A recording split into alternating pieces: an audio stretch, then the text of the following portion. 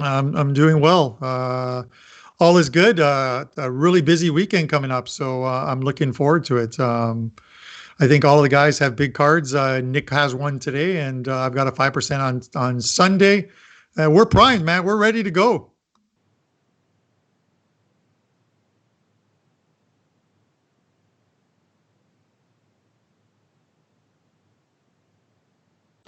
Yeah, everything's good over here too. So pretty much same as Carmine. Winning night for us last night over in Spain and Portugal. Delighted they're back, especially Spain. And then we got a 4% play up tonight in La Liga. Believe that's mid-afternoon kickoff your time. And then our big 5% play goes off in the Bundesliga tomorrow. So yeah, same. Extremely excited for the weekend. I thought I'd give everybody a great start to the show. I started the show with me on mute. Can't get better than that, can it, Nick Borrman? Prez, everybody loves to hear your voice. That's just sad news. Nobody wants that. Oh, aren't you the sweetest man in the world? Nick Borrman, I golfed yesterday. I hit a... Do you want me to... I hit a 105. And okay. I did not count about 30 balls. What was getting you? I mean, were you struggling off the tee? Yeah, the tee game was a complete disaster for me. And I took some videos, which I will send you a little later. And I know what I'm doing wrong, dude. And the thing is, knowing what you're doing wrong and being able to fix it are two completely different things. I mean, all my weight is on my back foot towards the mid and end of the swing, and I'm not coming through the ball at all. It's hooking right, slicing, whatever. It's also going straight up. There were a few shots that went 10 feet.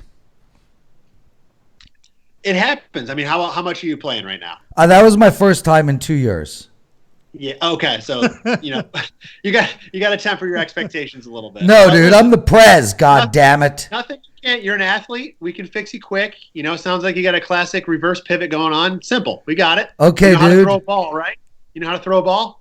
Not very well, but I know how to ski.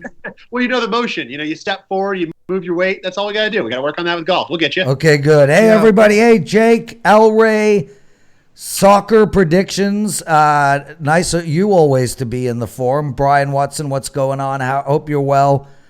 Mike D. And you know what? Mike D says, blame it on the wind. You know the craziest thing is? It was gale force winds for the first 5 or 6 holes. I mean, it was very hard to play. But I'll send you the videos. And either way, I mean, the wind does not solve my pathetic swing. And that's up and you walk it over and then you drop it. You just drop it on the ground. That's acceptable. It's the same thing. No, it's not. It's the same thing. But, they do. I mean, we were hitting 3 off the tee every hole. Prez, I got to tell you, since we're on the golf thing, one quick story about playing golf I used to play with my friends, and we invited my brother. This is the one brother you probably haven't met, Lou. And never even heard of him. He would hit it into the rough. And then, with no one around him, he gets this perfect arc out of the rough and onto the fairway, the green, or what have you. It wasn't until later where I noticed he took a shot and I saw the white tee rolling. He was teeing it up in the rough when no one was looking, just so he didn't play the lie. Can you believe this? That is cheating. So every time my ball lands, it normally lands in the rough. I don't re-tee it, but I do pick it up and try balance it on the soft end so that I can get under the ball. Fluff it up. Yeah, is that cheating? Nick? I mean, if you're going by the rules of the book, but who's a stickler for the rules? Of course it's cheating. Well, so's driving a cart. Where do you draw the line? In a friendly match, you got to roll it a little bit. It's okay. I mean, I'm always of the belief that the more strokes you get, the better for your buck. Kevin Dolan, you play? No. Don't want to play either, to be honest with you. Okay, Kev, you don't have to play. I'm curious. Brian Watson's message was retracted. I'm curious what it says. That guy's like the best guy ever. Anyway, I watched an incredible comedian last night, Joe Coy. Don't know if you've seen him. His newest piece is up on Netflix. It was unbelievable. I mean, Vivian and I we had tears dripping down our face. It was so freaking funny. I highly recommend that, everybody. Kev, joke for us, and then we'll begin the show. A guy breaks into a house. So he's going through the jewelry, and next thing he hears, Jesus sees you. So he's like, what's that? And next thing he carries on, and he can't say anything, carries on. He goes in, he's lifting up the TV. Next thing he hears, Jesus knows all. So he's like, who said that? So he looks around, there's a parrot in the corner. He's like, did you say that? The parrot goes, yeah, my name's Moses the parrot.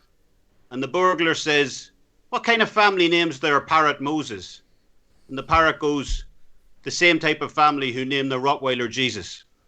Haha. Hilarious. I think Pitbull would have been better there. Pitbull, Rottweiler. There's pictures all the time. So anyway, soccer, boys. Let's get into it. It's the round of 31 for the Bundesliga. 8 weekend games. Round of 28 for La Liga. 6. Mallorca. Good enough. Okay, there you go. Give us the lowdown. Tell us who's going to win this game, brother. Yeah, interesting matchup here. Both teams come out of the break with a lot to play for. Barcelona top of the league, but only barely. They've got a slim 2-point lead over their main title rivals in Real Madrid. Mallorca obviously have a lot to play for too, because they occupy the last relegation spot in 18th, and they really could do with getting a result here to try and climb that danger zone, because Celta Vigo and Eibar are occupying the spots immediately above them. Barcelona, while topping the league overall, Barcelona have been fairly pedestrian on the road this season. They've won just one of the last 5 on the road before the break, and they've gained just 18 points from a possible 39 overall with a 5-3-5 road record. They've actually conceded more on the road this season as well than they've scored, conceding an average of 1.46 goals per game away from Camp Nou. Mallorca have also been poor on the road this season. They rank dead last in the league on both points earned and goals allowed at 5 points and 30 goals respectively. Thankfully, though, for them, they find themselves at home for this encounter, albeit one without fans, so we'll see how that plays. They've been far more dependable this season at home, however. They've lost only 6 of a possible 14 games at home, and they have a positive net goal difference in the process over the season at home. Looking at this game, I think the play in this one definitely looks to be Mallorca in the first half, as the Islanders haven't conceded in any of their previous 4 home game first halves prior to the break. Barcelona, meanwhile, have gave up a goal inside the first 30 minutes in 3 of their last 5 road games. And in fact, Barca have conceded the opening goal of 9 of their 13 road games this season. And that's a dangerous stat to have in your favour here, especially considering Croatian striker Ante Budimir has scored 50% of all his team goals on the road this season. That's the highest contribution goals ratio in the entire league on the road. I'm going to trust current form here over historical trends, especially with only one of their previous head-to-heads coming in the last 7 years. And I think Mallorca can hang tough early, as Barcelona have struggled to find a groove early in games this season, especially on the road. Also with that 3-month hiatus, that's a big contributing factor here. I expect Mallorca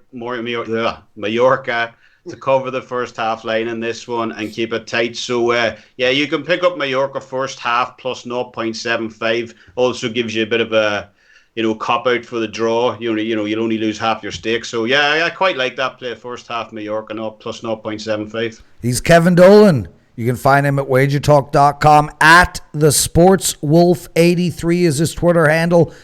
Carmine, red card, yellow card. A lot of the good teams, you saw it in Bundesliga, have come out. They've played really well off the restart, and that's because they have a lot of talent on the team.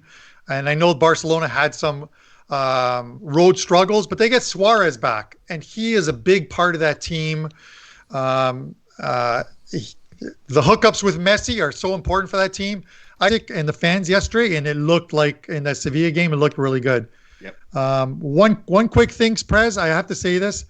On the Wednesday show, I got a red card, and we talked about it in our chat group, from Pavlos. He gave me a red card on the Betis game, yet he released Betis, and he gave me a red card because I like the under, and it came in at under. So we're going to have that discussion on Wednesday. Red cards are really meant if there's a big disagreement on the game. Okay, do you feel better now?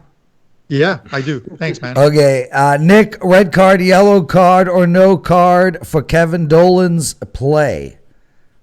I have a no card on the play. I didn't look at the first half line, but I do like Mallorca for the game. They're plus 1.75 right now. I'm kind of waiting it out, hoping it gets to 2. I don't think it necessarily will. If it does, I'm all over Mallorca. But even at this number, I like Mallorca. I even like the under a little bit. I mean, this is a classic park the bus situation at home, trying to sneak out a point if they can. A point against Barcelona would be huge for them. So I think they can hopefully sit back, take some, attack. That's Barcelona's going to bring it for sure. But I think that they could wither the storm is what the hope is. So I'm no card here. I agree with Kev, and I'm going to go Mallorca and the under.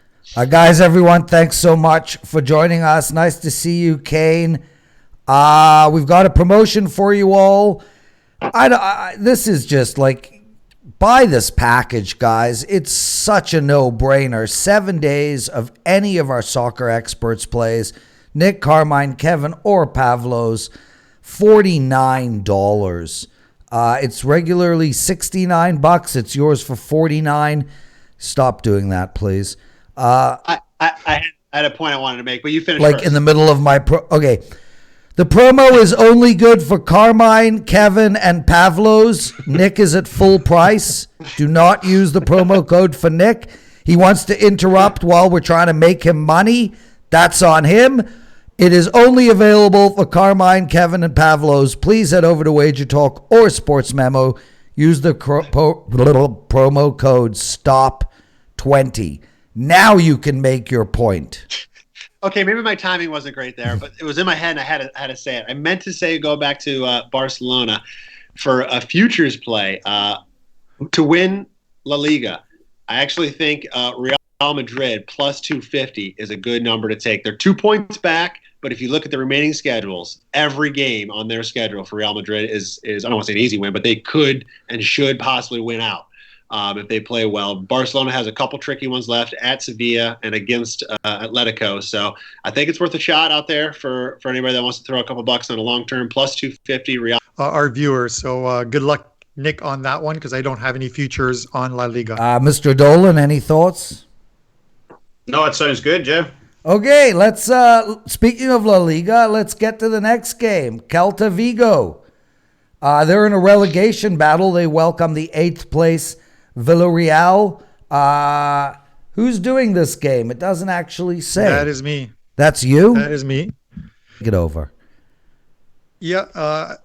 Just before I get to the Celta Vigo, Villarreal, Kane asks if I'm betting today's Coppa Italia game because I'm wearing the Juventus jersey with my heart. AC Milan is missing. Zlatan Ibrahimovic will not be in the lineup. They're also missing a couple midfielders and one of their back line. So it is not the regular starting 11 for AC Milan, and they're in a position where they have to come and score at the Allianz Stadium in Turin. That's usually not a good combo. So I believe it's a Juve win, and this game probably goes over the total. I like it to go over the total. Now, with regards to Celta Vigo, listen, the restart of La Liga, and Kevin mentioned Celta Vigo near the bottom there, just outside of the relegation zone. It couldn't have come at a worse time for Celta Vigo. They had gone 8 of their last 9 games in the new year unbeaten, 2 wins, 6 draws, and 1 loss. That doesn't sound superb, but when you're a team that was at the bottom of the standings and you just picked up essentially 12 points to move yourself out of the relegation zone, that is, they're playing very well and doing it defensively at a time. They still have work to do.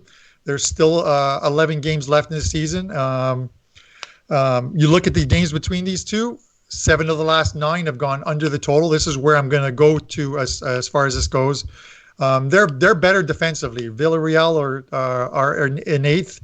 And if you've followed La Liga, you'll know Villarreal is one of those teams that has their mark used to be defense. They were one of the better, if not best, defensive sides in La Liga the last couple of years. Not so great. The break came at the right time for them because they had lost 3 straight, which pushed them out of the Europa League spots.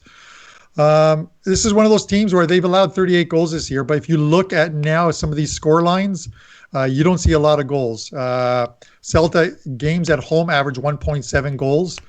In the new year, their games have averaged 1.5 goals. And while you look at these games between these two and you see a lot of big score lines, those were all in Villarreal. At Vigo, when these games have been played, 10 of the last 10 games, 7 have gone under the total. All the big score lines come away. Celta at home are going to play very tough and stingy defensively, and absent of some early mistake or a penalty or anything like that, this game could be scoreless for a while. So I'm leaning. Carmine, we missed that. Here. You're leaning where? Well, I'm leaning under 2.5 goals here. Nick Borrman, red card, yellow card, or no card on Carm's under. I like it. When he mentioned the under stats between teams and their head-to-heads, I didn't hear great on the defensive side. If you're going to play this game anyway, I agree. Under's the way. Kevin Dolan, the sports wolf. No, look, I don't have a strong suggestion on this game, but I was kind of leaning towards the over just because Villarreal, it's all on the Villarreal side of it. Seeing both teams score on the road this season, 78.57% of all of the road games they've managed just 2 clean sheets all season. Both of those came against bottom feeders Espanyol and Leganes, respectively. Look, Celta Vigo. Hey guys, hey Herman, nice to see you. AJ's nice for you to join us. Thanks for the good words. Let's look at the final game of the weekend as league leaders. Bayern Munich. They play their 3rd game in 7 days. This time at home against Gladbach. Nick, this is your game. Fill us in, brother.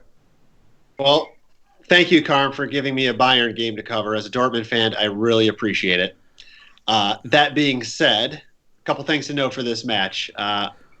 Lewandowski and Thomas Müller, Carm mentioned it on Wednesday's show, are both out for this game. They had yellow card accumulations, 5 on the season now, so they're both missing for this match, which is a lot of offensive weapons. I mean, Lewandowski is arguably the best striker and possibly could win the Golden Boot this year for the best striker in all Europe. And Mueller is their setup guy. And those two missing is a huge hole in that offense. Not to say they're not deep and they can't, continue to produce goals and continue to play well. But when you take out those two pieces, it's definitely going to change the way they play. It's also important to note Gladbach are missing their leading goal scorer, who's tied actually with Thuram. Alassane Plie is out for this game. He had a red card in the last match. So a lot of offensive weapons on both sides missing. So first indication would be to lean to the under with that notion, and I think that's a decent play here. I think that's got good merit. I mean, Gladbach are going to want to play a slower pace style here. Going into Bayern is never a fun thing to do, and they do not want to get out into a shootout type of game with Bayern, even though they have 2 offensive guys missing. So I think it's going to be a slower pace game. They did that in the first match, Gladbach did. They won 2-1 actually at home, and they did a great job. They limited Bayern to just 5 shots on goal, and that was with a fully healthy lineup. So they did very well there. I think they're going to come with the same game plan here. In the head-to-head series, if you look at that, the last 12 matches, only 3 have finished over this total, and only 4 times has Bayern covered this number. So Gladbach has been able to play Bayern pretty well. Again, take away 2 offensive weapons, and I like both. I was going to say Bayern. Excuse me. I like both Gladbach plus 1.5 and the under 3.5 here. I always hold my breath. I always gulp. I always cringe to watch the games when I bet an under or bet against Bayern, because at any point they can just score 4 in a 10-minute span. But I think that's where the value lies in this one. I did look at a couple correct score props. You could get Bayern 2-1, so Bayern to win 2-1 at plus 750, or a 1-1 draw at plus 1,000. I think one of those 2 scores is probably the way this one's finishing. But I like Gladbach. I like the under here, guys. Carmine Bianco for Bayern Munich. They played that midweek game in the DFB Polka, which is the German Cup semifinals, at home against Eintracht Frankfurt, and that was a tough game. These teams played a close one, a 2-1 score line, 90 minutes, and I'm telling you, there was no breathers that whole game. So after having played against Leverkusen away on the weekend, and now this one here, that's 3 tough games, missing your top 2 guys. No cards for Nick. He's got this one bang on. I'm taking the plus 1.5 here as well. Kevin Dolan. Yeah, no card for me. I'm on this game, so yeah, that's Okay, about we'll it. move on. Brent God, nice of you to join us. He says every player on Bayern can score, including all their bench. He's not wrong. No, I mean, the bench will struggle to score. Like, I'm going with 0 goals for the bench and forever. Like, True. I don't think the bench will ever get a goal. But that's just me, and I'm not as smart as you guys at all. We've got a new segment. We started it on Wednesday. It's called the Consensus Pick of the Week. All 3 boys have spoken via social media and have agreed on a play. Before we get into that, and I'll hand it straight to Carmine, just make sure guys get down on their week. Nick. What, Carm? Anyway, both times I've been trying to sell for these guys. Both times I've been interrupted in mid-promo sales. This promo is only available for Kevin Dolan. So if you want a week of Kevin Dolan's plays, 7 days, it's only $49. Code is STOP20. That's STOP20. It has been deactivated for Carmine and Nick. It hasn't. It's okay. We love Carmine and Nick. Crick, as we call them. Okay, Carmine, tell us about the consensus pick, or send it to Nick. Yeah, I'm going to send it to Kevin, who will then send it to Nick. So, Kev, take over. Do you want me to talk about the game? No, just pass it over to Nick. Send it to Nick. All right, Nick, work away. Take it. All right. The consensus play for this week, which Kevin and Carmine will hit a couple points on. Bundesliga, Saturday morning, 9:30 a.m. Eastern, is Eintracht Frankfurt at Hertha Berlin. Hertha Berlin is either minus, they're right at that number where it's moving, minus 0.25 or minus a half a goal over the 3-way money line. So we all liked Hertha at home to win this game. Kevin, Carm, what do you guys think? Well, we know what they think. I'll go first, and then we'll give it to Kev. Hertha's been great since the restart, 3-1-1. It's a plus 100 is the line right now if you're laying the half goal. The loss and draw were against Dortmund, 1-0 and 2-2 at Red Bull Leipzig. 2-0 at home, 6-0 goal differential so far since the restart. That venue extremely tough to play in, and this is Frankfurt's 3rd game in 7 days as well too. As they played that game, and they left it on the field, I think, at Munich, losing 2-1. So I think Hertha win here. I'm taking the plus 100. Kev? Yeah, I won't lie. I definitely like this game a lot more at minus 0.25, but even at minus 0.5, there's definitely our money line. There's some value there. Like, as Carmine said, Hertha are playing very well at the moment. They've lost only one of the last 7 Bundesliga games, and that was on the road against arguably one of the best teams apart from Munich in the league. Nick's favourite team, Borussia Dortmund. At home, they've also kept 2 clean sheets over the last 2 games. Meanwhile, Frankfurt are the 4th worst in the league on road goals allowed this season. They've gave up 31 goals. So, yeah, I definitely lean Hertha. Also, a bit of a lean to the under 3 goals as well. But, I think Hertha can definitely win here. Awesome, guys. 2 quick questions. One from Jake in the posting form, and then one from me. Could you guys touch quickly on the RB Hoff game today? It kicks off at 2:30 Eastern. Nick, go ahead. Yeah, this was actually our consensus pick from Wednesday's show. We were all on the over in that game, Jake. So look for some goals there. We think both sides are going to be pushing. They've been playing well, and we think a lot of goals are going to happen. So all of us are on the over 3.5 in that game. There you go, Nick. There you go, Jake. Thanks, Nick. Thanks, Demonsky. Way to join us. Guys, make sure to hit the like button as well as make sure to click the button so that you know when all our live shows are happening. Today's schedule is awesome. 2 p.m. Eastern, we've got the NASCAR show hosted by Steve Merrill, and then 3 o'clock is our horse racing show. And I'll tell you, boys, all of you, both shows are must listen to, must watch. All of them are rolling. I mean, absolutely rolling. The NASCAR guys, Andy Lang hasn't lost a race since it restarted. Our soccer guys, our horse guys are ridiculous. Here is my question to the three of you. As most listeners know, Vivian and I play a lot of Scrabble. I don't know if you guys are Scrabble players, but somebody needs to explain to us why the V is only worth 4 points when the W is worth 4 points, the B is worth 4 points, the C is worth 3 points, and the K is worth 5 points. Surely V is a hell of a lot harder a letter to use than an H or a B or a W. Anybody? I'm not really sure. Sometimes in victory, you've got to start with the letter V. That's the best I've got. Okay, then. Nick, any thoughts on why the V is so undervalued?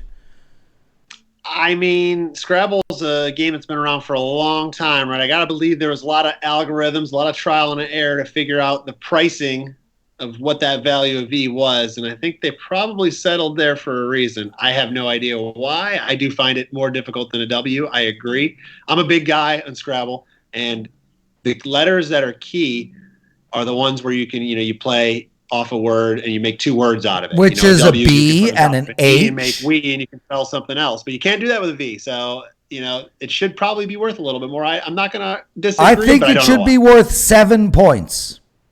Yeah, I don't know why. What's an X is 8. X is 8. J is 8. Q and Z are 10. But I'll take the X over the V all day long. A V doesn't, not one word. There's no 2-letter word in all of Scrabble with a V. And an X, you got a million options. XI, XII, XIA, XIS, even XIV. Let me ask you, how many times do you and Viv challenge each other on a word that you put down? So I challenge her on almost every word, and she rarely challenges me. And most of our games usually come down to whether I win or lose the challenges. But anyway, that's all. I'm annoyed about the V. I keep getting them. I don't know what to do with that stupid ass letter. Kev, any thoughts? I only play Risk. That's the only board game I play. So Scrabble. Okay, so how do you attack the Risk board, Kev? I'm big on just getting my hands on Australia and letting everyone else kill each other. Yeah, Australia is a good strategy, but it's kind of overused now. I also like South America, so. Oh yes, guarding the double border up north and to the right. Yeah, get the troops in Brazil, Colombia, guard the entry points, exit points. Good strategy. Yeah, Risk is a game I've played many times and have never finished once. That's it, boys. Thank you so much, guys, all three of you. Wonderful show. I love doing this. Next Wednesday, Nick, Carmine, and Pavlos, we're going to discuss finally the return of the EPL. That'll be a great show, and make sure to check us out. Prez. Yes? I know, I felt like interrupting you now because everyone else interrupted you over the course of the show. The promo code is only for Pavlos. I just want to say boxing returns. Boxing return this week. There were 2 top-ranked cards on Tuesday and Thursday. I'm gearing up for a big summer schedule. And I've also got a 3% free play up for tonight's fight over in Poland between Mariusz Wach, Kevin Johnson. Head on over to WagerTalk news section for that. And, excited. So, free bit. Interrupt me anytime, brother. Guys, check us out at 2 p.m. Eastern, NASCAR show, 3 p.m. Eastern, Pony Pundits. Get $20 off of a week of all our soccer guys. Regular price, $69. It's $49 for you. All 4 guys, you get to pick which one you want to play. Love you all. Be well. And we'll see you on Wednesday.